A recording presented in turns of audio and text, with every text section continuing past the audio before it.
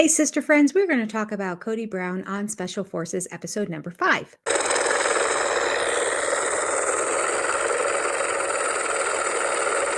This video won't be very long because shockingly, he was not featured that much. I was wrong last week. I was convinced that last week's episode was a prelude to the annoying nature of Kody Brown and it was going to be highlighted on this episode. It wasn't. We barely saw Kody. That's a good thing. Although the little bit we did see didn't disappoint. Let's talk about it. Oh boy. All right, so the first scene we see Kody's group arriving at the scene in their Jeep Jalopy, I don't know what it is. And they have to get out, and their mission is to get a bunch of equipment and move it from one point to another, avoiding bombs and people catching them and whatnot. I don't know. Sometimes it's kind of hard to follow this show. So at any rate, what we do see is they have to get out and there's a whole bunch of equipment and they have to haul it to another location. So it's a physical labor task again. Kody starts off strong, having a difficult time getting his seatbelt unbuckled. It was a treat. Bravo is led by number 4, Kody Brown.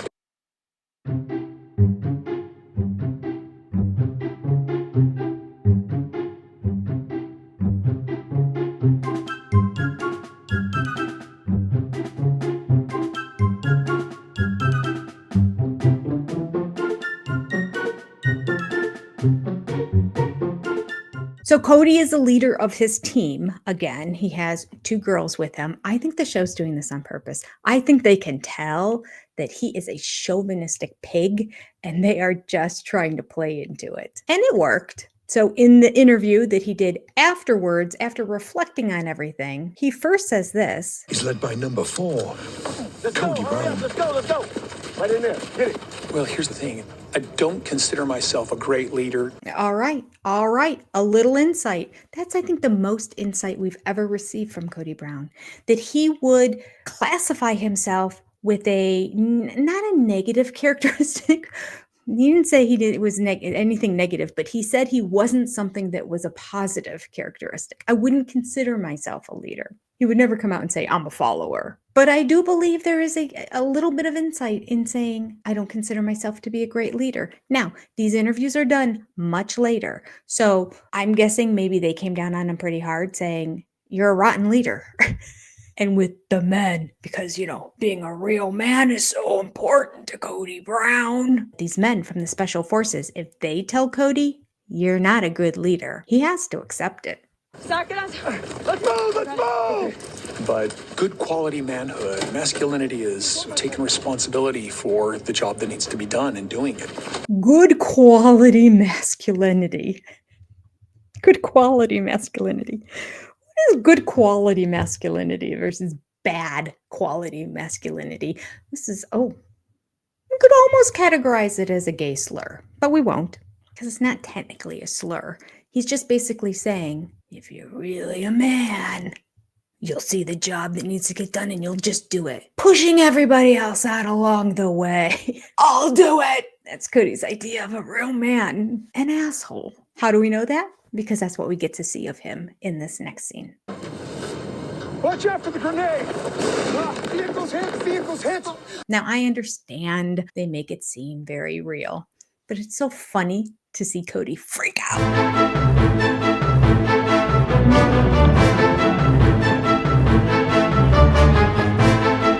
Such a man. So one team only had 2 people. So they had 2 NFL players on it, but they only had 2 people to do the job. They didn't have 3. So we're watching these 2 guys, Jesse and Randall, I believe it was. No, not Jesse. Jesse's the wife.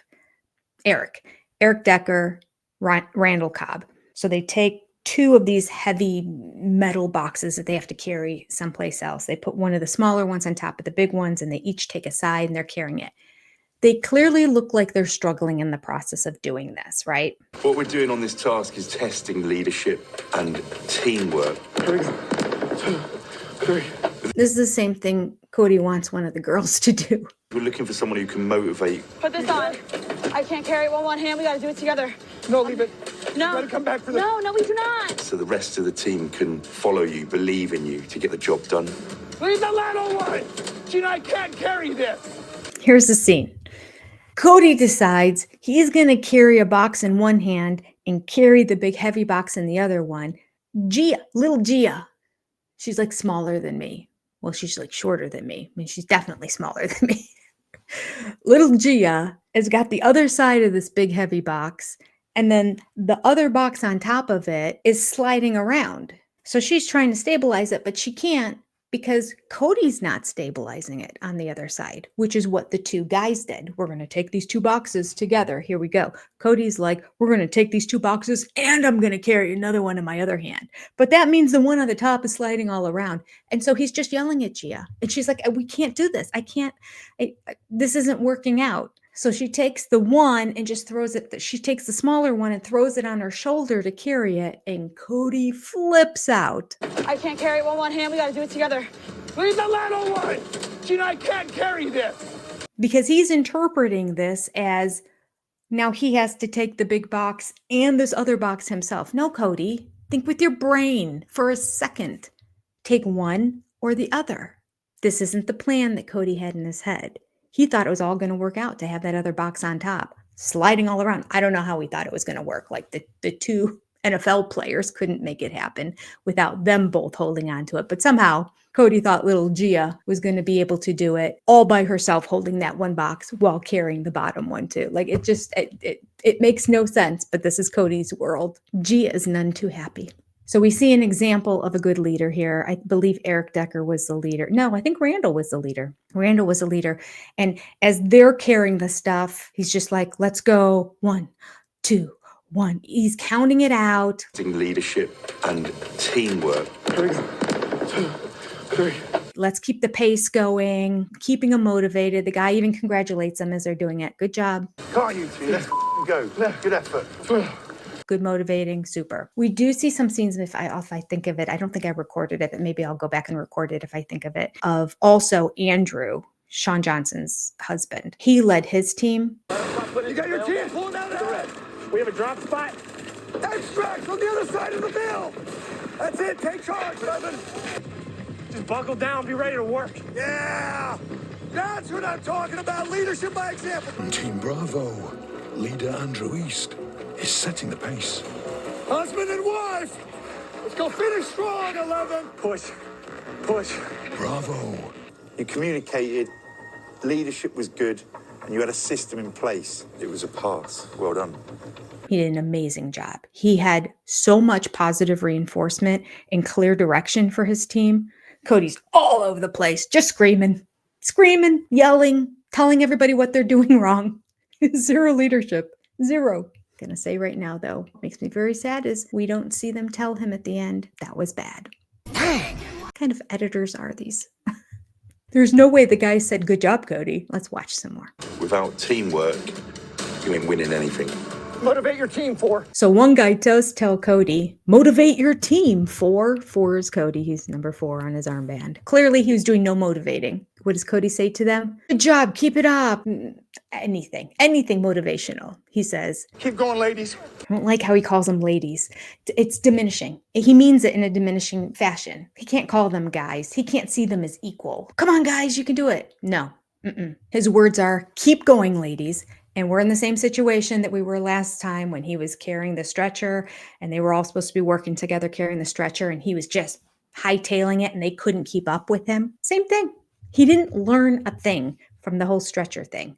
We're in the exact same situation. So right away, Gia or Brianna, I don't remember which one it was, said, slow down. They can't keep up. Slow down. Keep moving. We got to get home. Keep moving. We got to get home. He's being a man here, according to Cody's definition. Just get the job done. Doesn't matter who you have to trample over to get it done. Just get the job done. He has no concept and understanding that if you motivate your team, they work harder. They push beyond. They do what they didn't think their bodies were capable of doing. That's what motivation is for. Screaming at somebody just makes you want to quit. Oh, but next we hear Brianna speak up and let him know what a bad leader he is. Cody, you also need to listen to your team when we're asking you to listen to your team. They cut back after that and we see another scene of Eric Decker and Randall Cobb carrying the 2 boxes. Again, big, burly, young NFL players are taking one box with one hand and then holding the smaller one with the other hand because it's going to slide all over the place. Go! Everything you got! First to hold their kit to the extraction point Get up there! Everything you got! is Team Alpha. There we go, place it down, let's go. Good effort, Team Alpha. KODY wanted Gia to hold that box on the top all by herself. Another example of KODY being stupid. Battling to motivate his team is number 4, KODY Brown. Battling to motivate his team. Battling within himself to figure out how to motivate his team. One foot in front of the other. I guess that's motivational. It's not yelling at them, but it's not encouraging. Not encouraging. And again, just like the stretcher scene, he's holding the box behind him and he's plowing forward without any regard for what's happening behind him. Everyone else did it side by side when they were carrying stuff. Not KODY. I'm going to lead. You guys just try to keep up. So you take a look at Gia and Brianna. Like, they are dying. They are dying in this heat. They're dying carrying this. They're exhausted.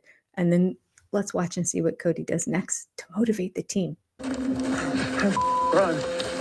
KODY, slow down. I do believe he said effing run. It was bleeped out. I can't think of what other word would go there that they would bleep out. So he just decides, I'm not going to pay any attention. I'm not going to see who's struggling. I'm not going to come up with another solution. I'm just going to tell them to effing run. Oh, what a guy. What a guy. Let's jog. Let us just catch our breath for a second. Girls are dying in the back. Let's jog. She and Brianna are none too happy. But he thinks that's motivational because he's letting the guy know, I could do more. They're holding me back. Staff is standing right there watching this whole thing. So he's saying all this to impress staff. You know what? I've been known for my intense personality. That's a nice way of putting it. Talk about sugarcoating it. I'm the loud, obnoxious type, not the strong, silent type. Okay, fair assessment of yourself. Loud and obnoxious. I'll give him that. I wonder if staff told him that too in his evaluation. So now Brianna's getting fed up with him and his obviously frenetic energy that he has because she's telling him to calm down. So good. We're there. Just 25 yards, ladies. Collected. Stay calm and collected. Let's go. Right here is good. Okay, you know the scenario. Get all the equipment, as you were told, out of the village. The emphasis on teams and committing to it. Team Alpha, you passed. Team Bravo, you were slow, all over the place, failed. So Team Bravo was told that they were slow, and so they failed. Oh, KODY's none too happy because he wanted them to run with all this heavy equipment the entire time. I don't know why staff did not criticize KODY's technique for motivation or lack thereof. The screaming at the girls, the not listening to them. Like, I don't know. And maybe they did and they just didn't put it in, but that's frustrating. It does appear to me that KODY's team said, we are not riding back in the same car as him. Because on all these challenges, the teams go together and then afterwards they go together and they talk about the challenge amongst themselves. We now see KODY sitting in the middle of the front seat between two other gals. How'd you do? We did pretty good. Really? How'd you do? It is. I'm stuck here because the people kicked me out of their car. Sorry. So they get back to their barracks area and they get out of the truck. They're all going back into the tent, their quarters. And you hear a female voice because everyone's coming in at one time. I don't know who it is, but one of the gals said, good job, guys. That was hard. How motivating was KODY? Here's what he says.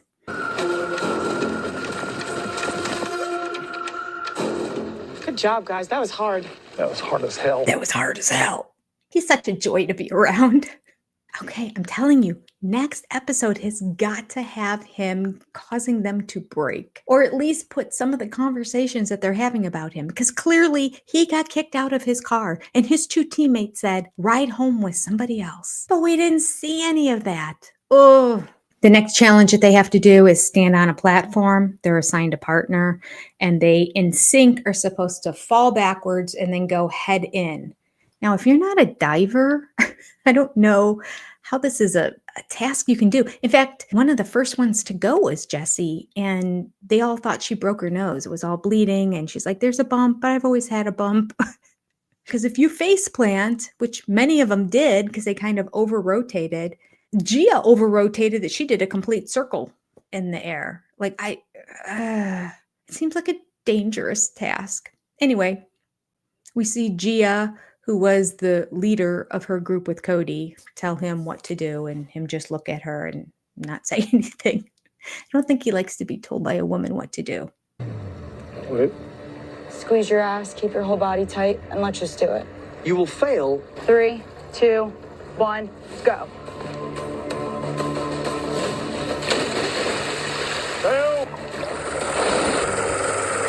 And that's all we have for this episode of Special Forces featuring KODY Brown, or not featuring KODY Brown. All right, next week is the week, I think. Next week is the week he gets on everyone's nerves. I mean, he's already on everyone's nerves. They're just not showing it. Okay, take care. God bless. Adios. And I'll see you next time. Bye, sister friends.